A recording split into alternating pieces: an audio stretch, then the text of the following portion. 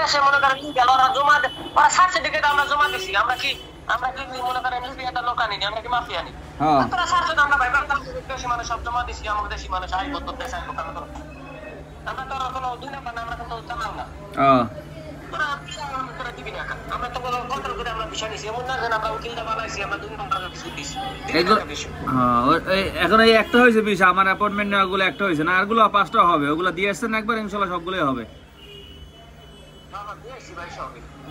এইটা যে সিস্টেম পাইছেন আর পেপুত্তরে আপনি কি কি ডকুমেন্ট দিয়েছেন?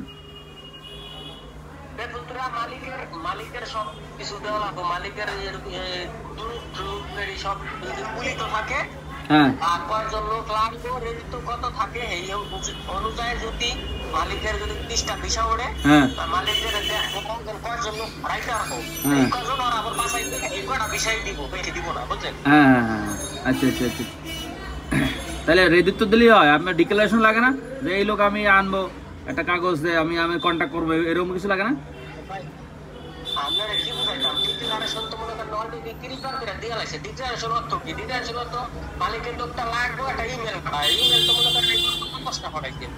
ও, আর মানুষে একবার পেপুত্তরে না দেয় ভিসা দাবি করে, হ্যাঁ ঘরে বসে ভিসা দাবি করে, ভিসা ভিসা ভিসা, এত সোজা? ভিসা ঠাপাই ভিসা ঠাপাই না, আমরা দৈনিক যাইতাছি পেপুত্তরে, আমার কোনো খবর না। মানে যে এত কই যে ভাই আপনার পেপুত্তরা দেয় মালিক নিয়ে আলাপ করে, আপনি কি মালিক নিয়ে গেছিলেন একা গেছিলেন? মালিকে আমার সকালে ফোন দিছে যে আবার যাইতে হবে পেপুত্তরা, একটা দিল আটটা কই আবার যাইতে, মালিকে ফোন দিছে আমার। এর মালিকের দরকার আপনার, আপনারটা কি রাগুসা নাকি? রাগুসা? ও আমার রাগুসা জমা আছে লোকে 30 নভেম্বর না? আলহামদুলিল্লাহ ভালো হয়েছে।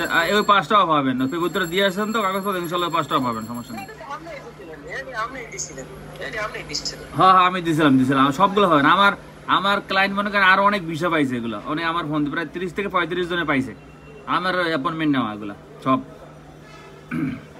ইনশাল্লাহ সবগুলো পাবে, কারণ আমার কাজ হলে পারফেক্ট। আর বিশেষ করে ওই ইয়া থেকেও করতে হয়, বুঝলেন না, ওই ইতালি থেকেও তদবির করতে হয়, শুধু বাংলাদেশ থেকে ওয়েট করলে হয় না।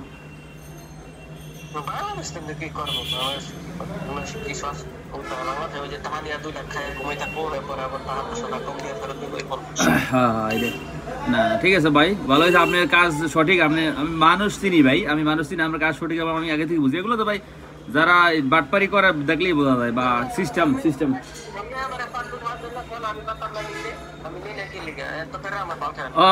আপনি ওইগুলোর পেয়ারা কতগুলো টাকা কাটকে রয়েছে আপনার?